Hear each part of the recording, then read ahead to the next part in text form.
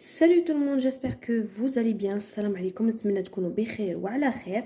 Bienvenue sur ma chaîne غسالة إسمهان. مرحبا بكم في قناتي غسالة إسمهان جزائرية في فرنسا. حبيت نشارك معكم وصفاتي، يعني سواء كانت وصفات تقليدية أو وصفات أو وجبات فرنسية أو من أنحاء العالم. اليوم إن شاء الله راح نشارك معكم وصفة قلب اللوز تجي توب. ما راحش نقول لكم بلي وصفة الأصلية، لانه في هذه الفتره كامل القنوات راهم يقولوا الوصفه الاصليه. الصراحه اصحاب المحلات راهم يبدلوا احيانا، راهم يبدلوا في الوصفات. ولكن باش انا نقول لكم الوصفه الاصليه، الصراحه ماشي وصفه اصليه، ولكن كي جربتها كانت الاخت تاعي تعمل في واحد المحل يبيعوا فيه الحلويات التقليديه، وكان يديروا بكميات كبيره، واحد لا ماشين كبيره ولا بيتخان كبيره يديروا فيها القلب اللوز، ب 20 كيلو ولا مانيش عارفه. قالت لي يديروا 20 كيلو، ها شحال السكر هذه؟ انا درت حسابي في الكيلو نتاع سكر، في الكيلو نتاع سميت شحال ندير في السكر وشحال ندير مزهر. اليوم راح نشاركها معكم، الصراحه تجي توب وتجي هايله. راني ديجا من قبل شاركت معكم وصفه قلب اللوز نتاع اللبن، اليوم راح نشارك معكم وصفه قلب اللوز نتاع الزبده. واللي عنده السمن يدير السمن. انا الصراحه كيما شفتوا في الغربه دي فوا نصيب السمن ودي فوا ما نصيبش، وهاد المره مشيت عند البوشخي يبيع حلال ما صبتش عندها السمن، قلت معليش سي با غاف ندير بالزبده، وانتم الا عندكم السمن تقدروا تستعملوا. بالنسبه للقلب اللوز بلا ما نطول عليكم، كما راكم تشوفوا انا عندي هنا السميد خشين، الغليظ كامل. كان اللي يدير النوعيه، اي نوعيه نتاع السميد تكون عندك. انا عندي هنا الغنى، كاين كذلك سميره، كاين تقدروا تستعملوها. انا راح ندير كيلو نتاع سميد حرش. بالنسبه للسميد كل وحده وشحال البلاطو نتاعها يرفد. دونك انا البلاطو اللي عندي كبير يفد كيلو نتاع السميد. راح نعبر لكم بالكاس ولا بالكيله شحال يجيني من السميد.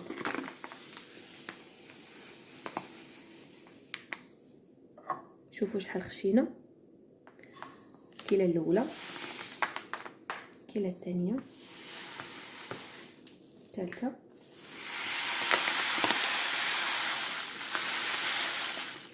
الرابعه،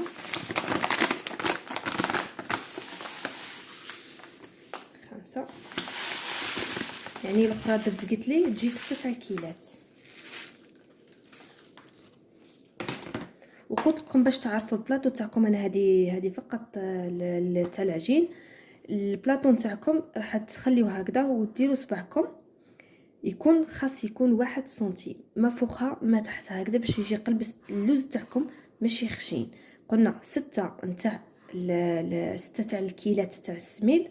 والسكر انا نحتاج 500 غرام تاع سكر، 500 غرام تاع سكر، ابيبخي 3 كيلات تاع سكر. 1 زوج، نقصكم 3 كيلات، 3 كيلات.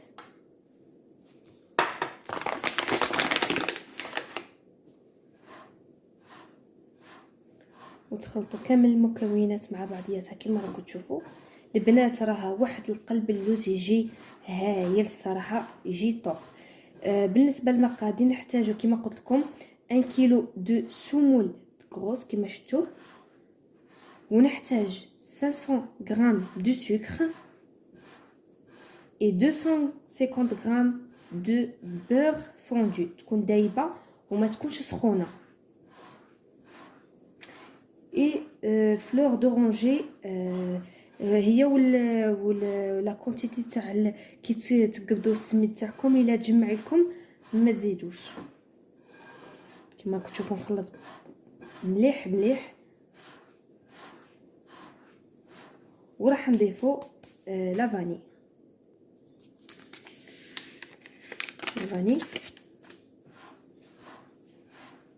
نخلطوا المكونات مع بعضياتها، نديروا قريصه ملح،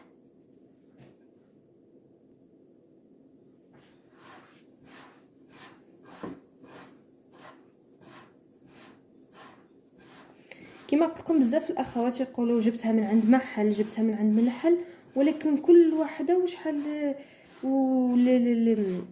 طريقه التحضير تاعها، المكونات تاعها، وشحال الكميه تاع المقادير. انا ما قدش نكذب عليكم ونقول لكم هذه جبتها من محل ولا جبتها. انا قلت لكم اختي كتخدم في المحل تاع حلويات، وهما يديروا بلي كونتيتي كبار 20 كيلو ما نعرفه شحال من الكيلو، وانا درت ابيبخي شحال. من بعد لكم الاختيار كما قلت لكم، ولكن صراحه تجي طوب، تجي بنينه. كما كتشوفوا راني خلطت المكونات. دروك راح نضيف الزبده دايبه اللي هي 250 غرام دو بور فوندو.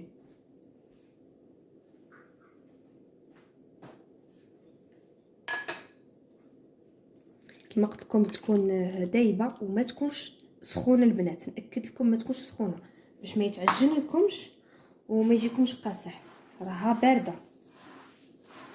هكذا تخلطوا بيان بيان بيان. ولا تكنيك تاع الكسكس ابيبخي كما راكم تشوفوا هكذا، باش تدخلوا السكر وتدخلوا لا سمول مع بعضياتهم. ونتمنى الا عجبتكم الوصفه ولا عجبتكم القناه تاعي ما تنساونيش تدعموني بالاشتراك، تدعموني بالاشتراك في القناه باش تكونوا من العائله. وكما قلت لكم اللي عندهم السمن يديروا السمن هكذا.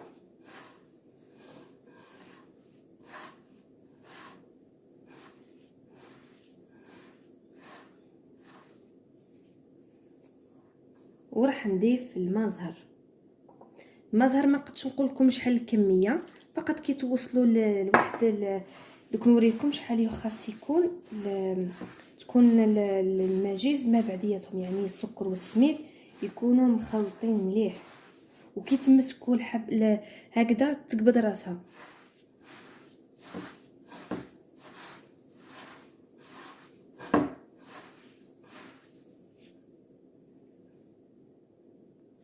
كما راكم تشوفوا راح نزيد شويه نتاع الماء زهر. علاش ما قلت لكمش المقدار نتاع الماء زهر؟ انا تخلي كاس تاع اتاي، كل وحده والسميد تاعها شحال يشرب تاع الماء. وكاين اللي يخلط ماء زهر مع الماء، انا صراحه نبغي ريحه الماء زهر مليحه في القلب اللوز، عليها درت فقط الماء زهر. نخلطهم مليح مليح كما راكم تشوفوا. هكذا هو القوام البنات، هذا هو القوام تاع قلب اللوز. راح نخليها البنات هذه اقل مده مينيموم 2 سوايع. الا تقدروا تبيتوها من الاحسن. المره اللي فاتت بيتها كي عملت هذه الوصفه، لانه الوصفه الاخرى خليتها فقط 2 ساعتين ولا 3 ساعات. هذه من الاحسن تبيتوها. انا راح نخليها فقط 2 ساعتين ونرجع لكم ان شاء الله. بالنسبه للبنات للشربات راح ندير لترون تاع الماء.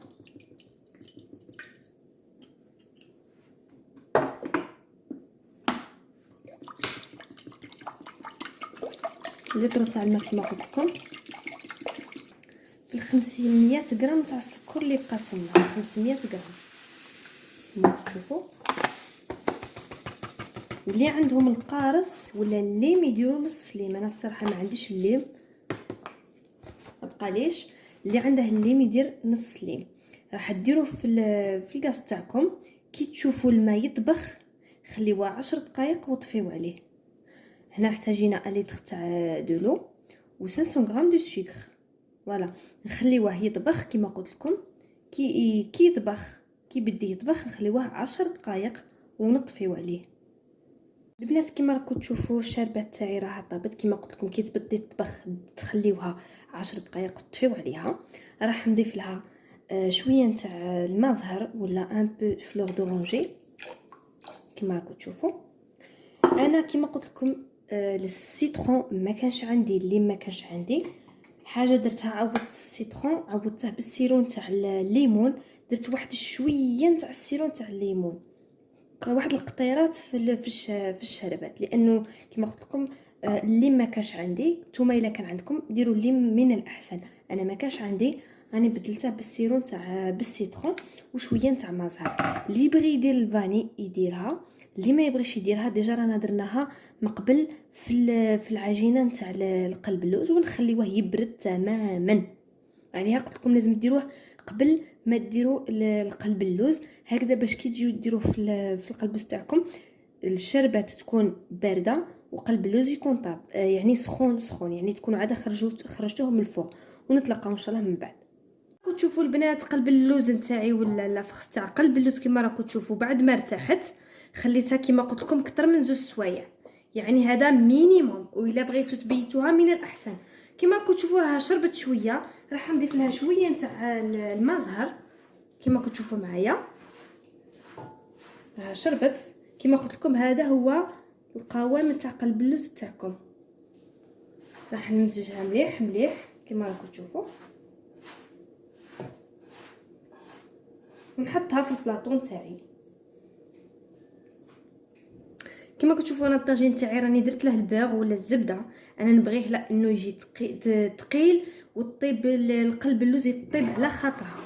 كما راكم تشوفوا راح نوزعها على البلاطون تاعي. وكما قلت لكم كما قلت لكم في الفيديو الاخر ما تكرازيوش هكا باش ما تجيكمش معجنه، فقط تحطوها كما هكذا حتى تكملوا كامل الكميه تاعكم تاع قلب اللوز. البنات كما كتشوفوا مع من درتها في الطاجين تاعي ولا بلان تاعي راح نديرها بالملعقه وما نحاولش نضغط، فقط في السطح. كما راكم تشوفوا اكدوا لي على الجوانب البنات، ما تخليهمش يعني ماشي متماسكين، وديروها شيء يعني نفس السمك هكذا باش ما تجيكمش جهه نيشان وجهه ماشي جهه عوجه هكذا، فقط في السطح كما قلت لكم.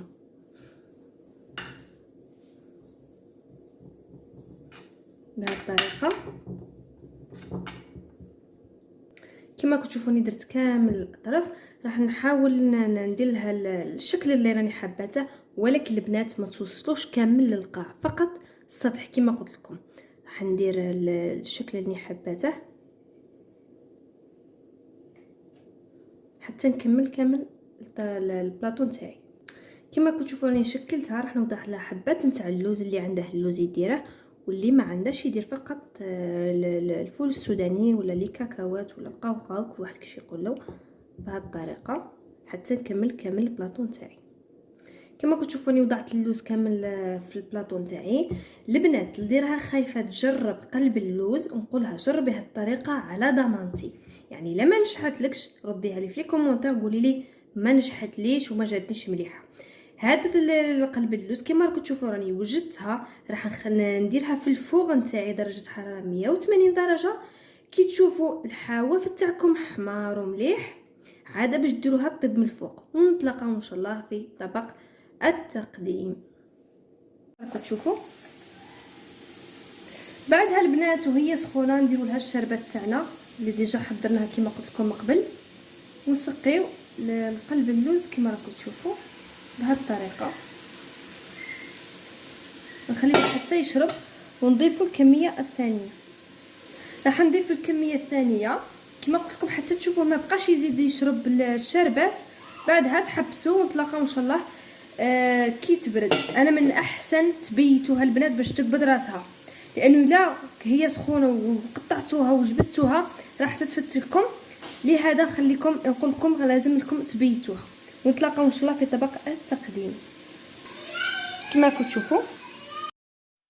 راكم تشوفوا البنات قلب اللوز تاعي راه واجد صراحه، ما بيتاش خليته حتى لليل. كما راكم تشوفوا شويه الاضاءه راها شويه قليله، ولكن البنات ما قديش نصبر، انا نحب بزاف قلب اللوز.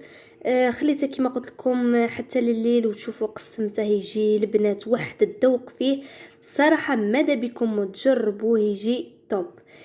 إلا عجبتكم الوصفة البنات ما تنساوش تشتركوا في القناة غرسة إسمهان جزائرية في فرنسا، تشتركوا في القناة وما تنسونيش بلي لايك تاعكم اللي تزيد دعمني. وشكرا إلى فيديوهات أخرى إن شاء الله، وإلى اللقاء. دمتم في رعاية الله وحفظه. السلام.